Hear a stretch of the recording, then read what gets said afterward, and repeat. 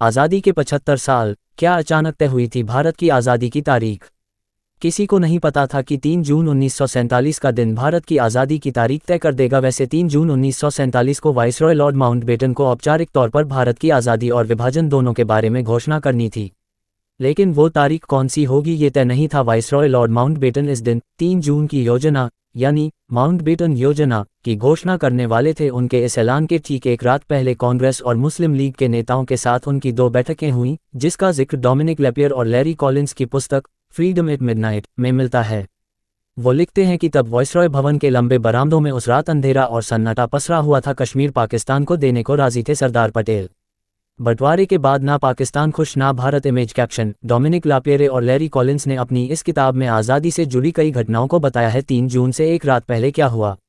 Lapierre और Collins लिखते हैं कि 2 जून 1947 को लॉर्ड माउंटबेटन के कमरे में समझौते के कागज़ों को पढ़ने सुनने के लिए 7 भारतीय नेता वाइसरॉय से मिलने गए थे।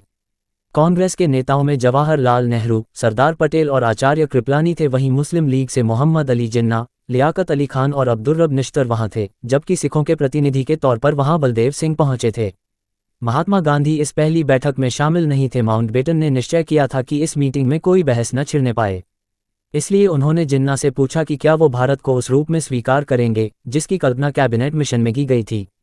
जिन्ना तैयार नहीं हुए। उसके बाद लॉर्ड माउंटबेटन ने अपनी योजना के एक एक बिंदु को बताना शुरू किया। पंजाब और बंगाल में जो हिंदू और मुसलमान बहुसंख्यक जिले हैं, उनके सभासदों की अलग बैठक बुलाई जाएगी। अगर कोई भी पक्ष प्रांत का विभाजन चाहेगा तो कर दिया जाएगा। 2 डोमिनियन और 2 संविधान सभाओं का निर्माण किया जाएगा। सिंध प्रांत अपना फैसला खुद करेगा। नॉर्थ वेस्ट फ्रंटियर और असम के सिलहट में जनमत संग्रह किया जाएगा कि वे लोग भारत के किस हिस्से के साथ रहना चाहते हैं। भारतीय राजवाड़ों को स्वतंत्र रहने का विकल्प नहीं दिया जा सकता, उन्हें या तो भारत में या फिर पाकिस्तान में शामिल होना होगा। हैदराबाद पाकिस्तान में सम्मिलित नहीं होगा। अगर विभाजन में किसी प्रकार की कठिनाई आई तो एक सीमा आयोग का गठन किया जाएगा। जब रॉयल इंडियन एयरफोर्स का हुआ बंटवारा, पाकिस्तान का भारत से एक दिन बड़ा होने की कहानी अपनी बात खत्म करते हुए माउंटबेटन ने कहा, मैं चाहता हूं कि आधी रात तक आप सभी लोग इस योजना पर अपना अपना जवाब दे दें। उन्हें उम्मीद थी कि आधी रात से पहले मुस्लिम लीग, कांग्रेस और सिख तीनों इस योजना को स्वीकार करने के लिए अपनी रजामंदी जाहिर कर देंगे। दूसरी बैठक, गांधी और मौन। महात्मा गांधी ने पहली बैठक में आने से इनकार कर दिया था क्योंकि वे कांग्रेस के किसी पद पर नहीं थे, लेकिन उनका अस्तित्व पूरी बैठक पर छाया हुआ था। लॉर्ड माउंटबेटन गांधी का बहुत सम्मान करते थे, लेकिन आधी रात को एक और बैठक हुई और गांधी इसमें आए। माउंटबेटन को डर था कि गांधी कोई ऐसी बात न कह दे कि दोनों के बीच मनमुटाव हो जाए। लेपियर और कॉलिंस लिखते हैं कि माउंटबेटन अपनी कुर्सी से उठे और तेजी से महात्मा गांधी का स्वागत करने के लिए आगे बढ़े, पर अचानक वो बीच में ही रुक गए। गांधी ने अपने होठों पर उंगली रखकर उन्हें रोक दिया। वाइसरॉय समझ गए कि आज गांधी का मौन व्रत है। जब नेहरू ने दंगाइयों से लड़ने के लिए अपनी पिस्टल निकाल ली, जिन्ना को मालूम था गवर्नर जनरल बनने से क्या हासिल होगा। इसके बाद माउंटबेटन ने अपनी पूरी योजना समझाई। गांधी ने एक लिफाफा लिया और उसके पीछे कुछ लिखना शुरू किया। लिखते लिखते उन्होंने 5 पुराने लिफाफे भर दिए। लॉर्ड माउंटबेटन ने उन लिफाफों को आने वाली पीढ़ियों के लिए सहेज कर रख लिया। गांधी ने लिखा था, मुझे अफसोस है कि मैं बोल नहीं सकता। सोमवार को मेरा मौन व्रत रहता है। मौन व्रत लेते समय मैंने केवल 2 स्थितियों में इसे भंग करने की गुंजाइश रखी है। 1, जब किसी उच्च अधिकारी से किसी ज़रूरी समस्या के बारे में बात करनी हो, और दूसरी जब किसी बीमार की देखभाल करनी हो।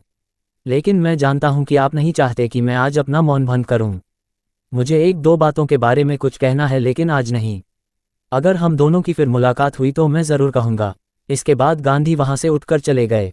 जिन्ना की हट और माउंटबेटन की 2 टूक। लॉर्ड जिन्ना की हट और माउंटबेटन की 2 टूक। लॉर्ड माउंटबेटन को कांग्रेस और सिखों की ओर से तय समय सीमा में सहमति मिल चुकी थी, लेकिन मोहम्मद अली जिन्ना नहीं मान रहे थे। डोमिनिक लेपियर और लैरी कॉलिंस ने इस घटना को विस्तार से लिखा है। वे लिखते हैं कि जिन्ना अभी भी हाँ करने में आनाकानी कर रहे थे, लेकिन लॉर्ड माउंटबेटन भी मन बना चुके थे कि उनसे हाँ करवाकर ही रहेंगे। दोनों के बीच पहले शांति से बातचीत चलती रही। जिन्ना बात टालते रहे और तब अंत में माउंटबेटन ने कहा, मिस्टर जिन्ना, मैं आपको एक बात बता देना चाहता हूं कि मैं आपको अपनी योजना बर्बाद नहीं करने दूंगा। कल मीटिंग में मैं कहूंगा कि मुझे कांग्रेस का जवाब मिल गया है। उन्होंने कुछ शंकाएं उठाई हैं जिन्हें मैं दूर कर दूंगा। सिख भी मान गए हैं। जवाहरलाल नेहरू का एडविना माउंटबेटन से कैसा रिश्ता था? जब महात्मा गांधी पहली बार कश्मीर पहुंचे, लॉर्ड माउंटबेटन बोले, उसके बाद मैं कहूंगा कि कल रात जिन्ना साहब के साथ काफ़ी देर तक दोस्ताना ढंग से मेरी बातचीत हुई और इस योजना पर हमने विचार किया, और जिन्ना साहब ने मुझे निजी तौर पर यकीन दिलाया है कि वह योजना से सहमत हैं। उस वक्त मैं आपकी तरफ मुड़कर देखूंगा। मैं नहीं चाहता कि आप कुछ बोलें। मैं आपसे बस एक बात चाहता हूं कि आप अपना सिर हिला दें, जिससे ये जाहिर हो कि आप मुझसे सहमत हैं। यदि आपने अपना सिर नहीं हिलाया तो फिर समझ लीजिए कि मैं आपके लिए कुछ नहीं कर पाऊंगा। आपका सारा बना बनाया खेल बिगड़ जाएगा, सब कुछ रह जाएगा। विभाजन का ऐलान और फिर ठीक वैसा ही हुआ जैसा कि तय हुआ था। विभाजन और आज़ादी को लेकर लॉर्ड माउंटबेटन ने भारतीय नेताओं के साथ औपचारिक स्वीकृति के लिए एक बैठक की, जिसमें सब कुछ उसी तरीके से हुआ जैसा कि उन्होंने जिन्ना को एक रात पहले बताया था। जवाहरलाल नेहरू और मोहम्मद अली जिन्ना में दूरी क्यों पनप गई थी? आखिरी वक्त पर क्यों बदली पंजाब की लकीर? इमेज कैप्शन: लॉर्ड माउंटबेटन 3 जून 1947 को शाम करीब 7 बजे सभी प्रमुख नेताओं ने 2 अलग देश बनाने पर अपनी सहमति का औपचारिक ऐलान कर दिया। सबसे पहले लॉर्ड माउंटबेटन बोले, उसके बाद हिंदी में नेहरू बोले, पीड़ा और यातना के बीच भारत के महान भविष्य का निर्माण हो रहा है। उसके बाद मोहम्मद अली जिन्ना की बारी आई। उन्होंने अंग्रेजी में भाषण दिया और पाकिस्तान जिंदाबाद के नारे से अपना भाषण समाप्त किया। उनका भाषण बाद में रेडियो अनाउंसर ने उर्दू में पढ़ा। विभाजन की सहमति रेडियो से अनाउंस हो रही थी। अगले दिन लॉर्ड माउंटबेटन को संदेश मिला कि महात्मा गांधी कांग्रेस के नेताओं से नाता तोड़कर एक प्रार्थना सभा करने वाले हैं और जो एक रात पहले बैठक में न कह सके वो आज कहेंगे।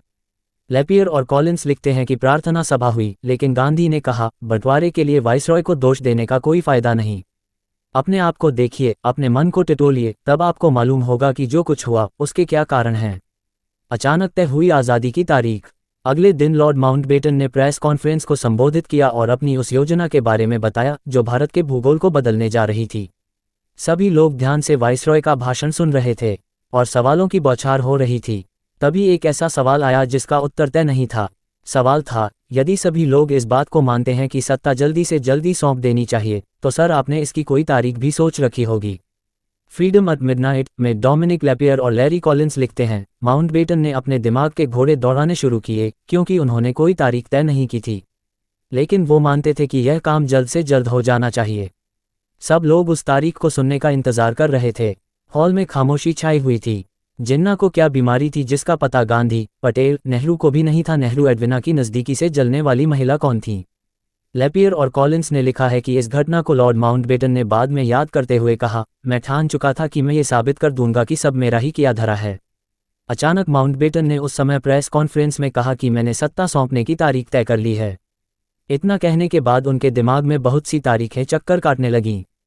तभी उनके दिमाग में अपने जीवन की सबसे गौरवशाली जीत की याद आई, जब उनके नेतृत्व में जापान की सेना ने आत्मसमर्पण कर दिया था। जापान की सेना के आत्मसमर्पण की दूसरी वर्षगांठ नज़दीक ही थी। लैपियर और कॉलिंस लिखते हैं, माउंटबेटन की आवाज़ अचानक रुंध गई और उन्होंने ऐलान कर दिया कि भारतीय हाथों में सत्ता 15 अगस्त 1947 को सौंप दी जाएगी। अचानक अपनी मर्जी से तय और घोषित की गई आज़ादी की तारीख पर लंदन से लेकर भारत में जैसे विस्फोट हो गया था। किसी ने नहीं सोचा था कि लॉर्ड माउंटबेटन भारत में ब्रिटेन के इतिहास पर इस तरह पर्दा गिरा देंगे। आखिरकार 14 और 15 अगस्त की दरमियानी रात को भारत का बंटवारा हो गया और पाकिस्तान नए मुल्क के तौर पर अस्तित्व में आ गया। अब दोनों देश आज़ाद थे पर एक नहीं।